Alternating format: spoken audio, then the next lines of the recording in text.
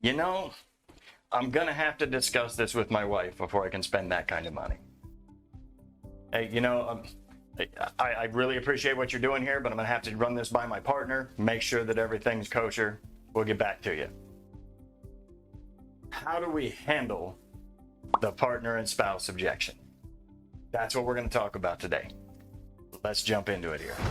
The best way to handle this objection is to not let it happen in the first place and to qualify properly.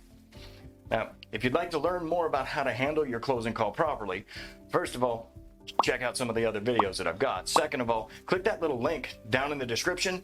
Get some more information on how you can work with me and my partner and how we can get things put together to show you how to handle that call right. Now, when you handle the call appropriately, this objection never comes up, ever.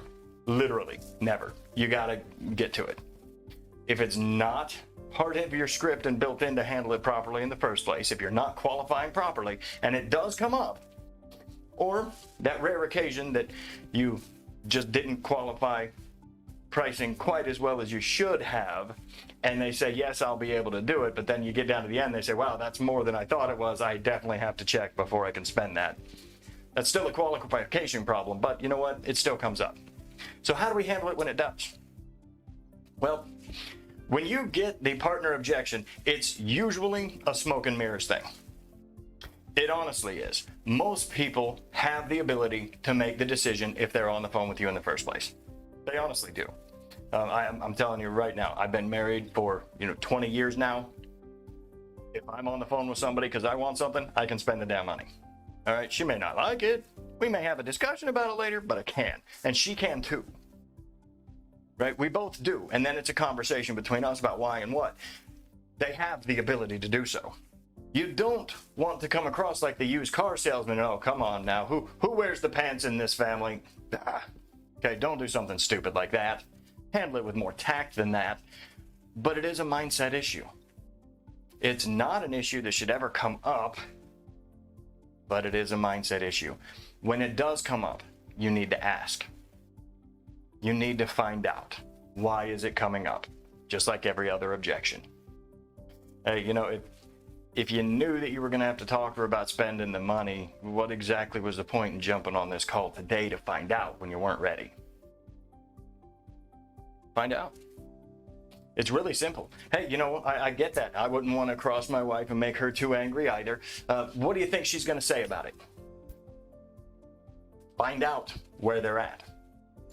Find out what they're doing. You can then take whatever information they give you from that, use those anchor points to draw them back.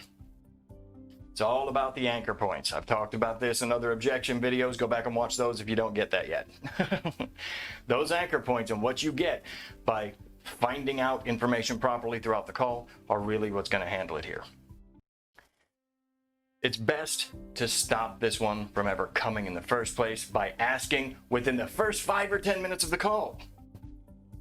If they've got a partner, if they've got a spouse, if there's somebody else that is going to have to be involved with the decision.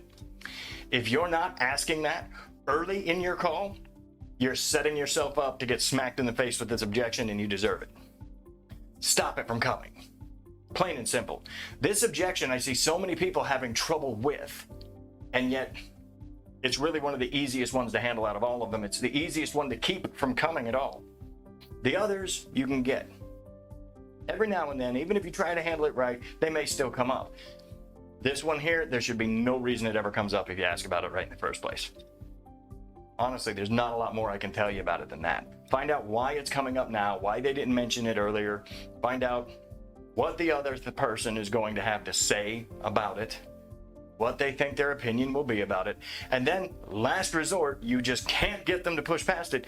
You schedule another call with both parties. That's it.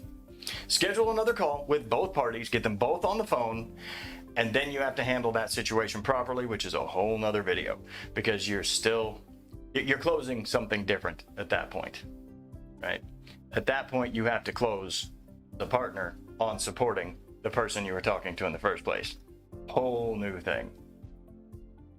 Stop it from coming in the first place.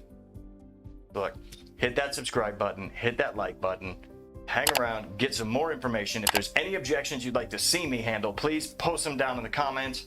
I'll get them handled for you.